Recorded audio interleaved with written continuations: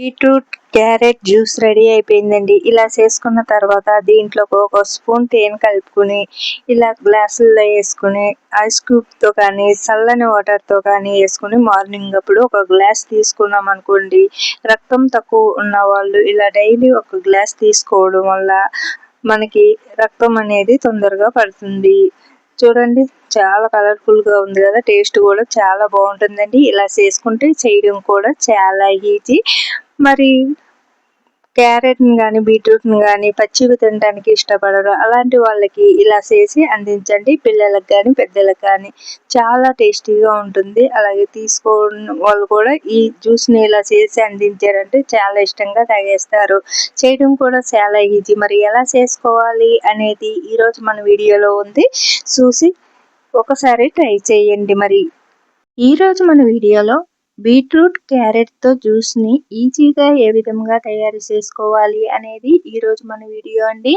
మరి దీనికి కావాల్సినవి ఇప్పుడు చూసేద్దాం. చిన్న సైజు బీట్రూట్, క్యారెట్లో సగం ముక్క క్యారెట్ని తీసుకుని పై పొట్టు తీసేసి ఇలాగా సన్నగా తురుముకోవాలి. చిన్న అల్లం ముక్కను కూడా తురుముకోవాలి. ఒక హాఫ్ చెక్క నిమ్మకాయ, 2 ఐస్ క్యూబ్స్ని తీసుకోవాలి. ఇవన్నీ ఇలా రెడీ చేసుకున్నాక మిక్సీ గిన్నెని తీసుకోవాలి. ఇప్పుడు మిక్సీ గిన్నెలోకి మనం సన్నగా తురుముకున్న బీట్రూట్ని అలాగే క్యారెట్ తురుముని కూడా వేసుకుందాము. అలాగే మీరు ఇలా తురుముకోకుండా ముక్కల కింద కూడా కట్ చేసి వేసుకోవచ్చు. ముక్కల కింద కట్ చేస్తే కాస్త ఒక 2 సెకండ్లు టైం ఎక్కువ తీసుకుంటుంది. ఇలా తురుముకోవడం వల్ల తొందరగా మరి మెత్తగా పేస్ట్ లాగా అయిపోతుంది కాబట్టి ఈజీగా ఉండడానికి నేను ఇలాగా తురుముకున్నాను. మీ ఇష్టాన్ని బట్టి మీరు తురుముకోవడం కానీ లేదా కట్ చేయడం కానీ అనేది మీ ఆప్షన్ అండి. ఇక్కడ వచ్చేసి ఇప్పుడు ఈ 2 వేసుకున్న తర్వాత ఇలాగా సన్నగా తురుముకున్న చిన్న అల్లం ముక్కను కూడా వేసుకుని ఇప్పుడు దీంట్లోకి 1/2 స్పూను సాల్ట్, ఒక నిమ్మ చెక్క తీసుకున్నాను కదా, దాన్ని ఇలాగా రసం కింద తీసుకుని దీంట్లోకి 2 ఐస్ క్యూబ్ వేసి కొద్దిగా వాటర్ వేసి ఇలాగా మిక్సీ గిన్నెకి మూత పెట్టేసి ఇప్పుడు ఈ మిక్సీ గిన్నెని మిక్సీకి సెట్ చేసుకుందాము. ఇలా సెట్ చేసుకున్న ఈ మిక్సీని ఇప్పుడు ఆన్ చేసుకుందాము. ఆన్ చేసుకున్న తర్వాత ఇలాగా ఒక 3 సెకండ్స్ అలాగే మెత్తని పేస్ట్ కింద అయ్యేటంత వరకు ఇలాగా బ్లెండ్ చేసుకుందాము.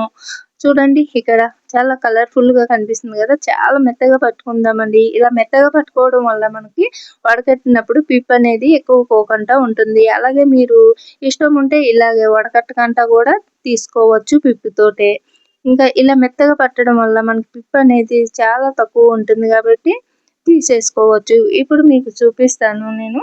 ఇంకా సేపు ఉన్నదనుకోండి, మొత్తం నేను ఒక 3 మినిట్స్ అలా ఉంచేసాను. ఇంకా మీరు 1 నిమిషం మొత్తం ఉంచారనుకోండి, ఇంకా మనకు వడకట్టవలసిన పని కూడా ఉండదు.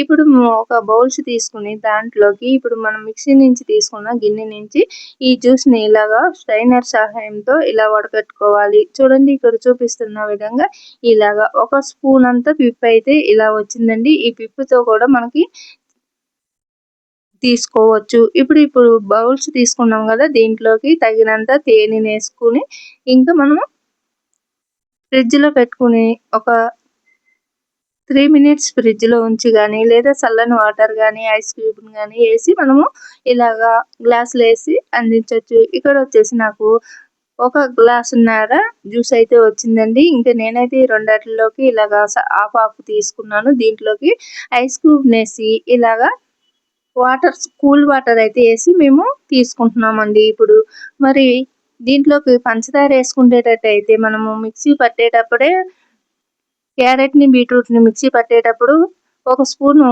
పంచదారని వేసుకోండి. లేదంటే ఇలాగా తయారైన జ్యూస్లోకి 1 స్పూను తేనెని కలుపుకోండి.